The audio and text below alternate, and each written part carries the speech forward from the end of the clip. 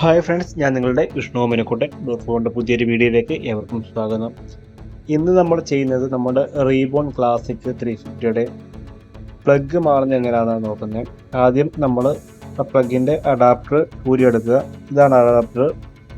കൈ കൊണ്ട് തന്നെ പിടിച്ചു കഴിഞ്ഞാൽ അത് ഊരി വരും. ഇതാണ് റീബോണിൻ്റെ പ്ലഗ് അഴിക്കുന്ന ടൂൾ ഇതാണ്. അത് നമ്മുടെ വണ്ടിക്കകത്ത് തന്നെ വരുന്നുണ്ട്. പ്ലഗ് അഴിക്കാനുള്ള ടൂള് അതിനകത്ത് ലിവറും വരുന്നുണ്ട്. ഞാനിപ്പോൾ ഒരു അലങ്കിയാണ് ഉപയോഗിക്കുന്നത്.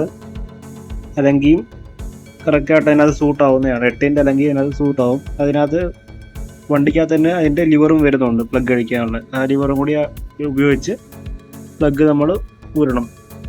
ഇത്തരം വണ്ടിയിൽ ഒറ്റ പ്ലഗേ വരുന്നുള്ളൂ. ഒരു ചെറിയ പ്ലഗാണ് ഈ വരുന്നത്. നമ്മൾ പഴയ വണ്ടിയെല്ലാം 2 പ്ലഗ് വരുന്നുണ്ടായിരുന്നു. ഇതിനകത്ത് ഒരു പ്ലഗേ വരുന്നുള്ളൂ. ഈ പ്ലഗ് ഏകദേശം നമ്മൾ ഒരു 15,000 കിലോമീറ്റർ കഴിയുമ്പോഴത്തേക്കും പ്ലഗ് മാറണം.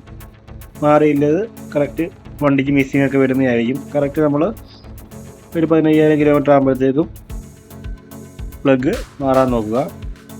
അപ്പം നമ്മൾ ആ സ്പാൻഡറിട്ട് അഴിച്ചതിന് ശേഷം നമ്മൾ കൈ കൊണ്ട് ഊരിയെടുക്കുക. അത്യാവശ്യം നല്ല ത്രെഡ് നീളത്തിലുണ്ട് ഈ പ്ലഗ്. അത് നമ്മൾ കൈ കൊണ്ട് തന്നെ ഊരിയെടുക്കുക.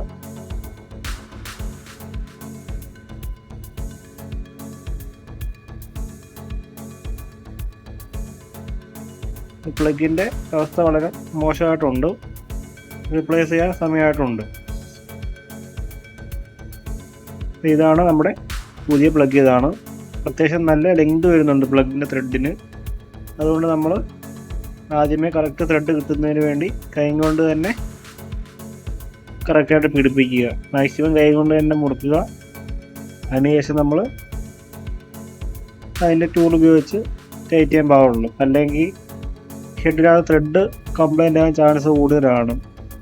അതുകൊണ്ട് മാക്സിമം നമ്മൾ കൈ കൊണ്ട് മുറുക്കിയതിന് ശേഷമേ അതിൻ്റെ ടൂൾ ഉപയോഗിച്ച് മുറുക്കാൻ പാടുള്ളൂ. മാക്സിമം കൈ കൊണ്ട് തന്നെ മുറുക്കുക.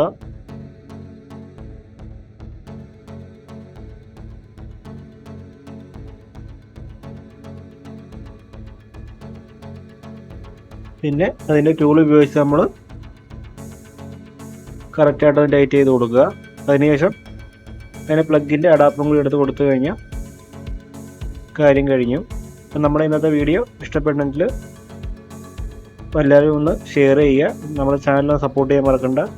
നിങ്ങളുടെ വിലപ്പെട്ട നിർദ്ദേശം കമൻറ്റ് ചെയ്യുക. ഓക്കെ.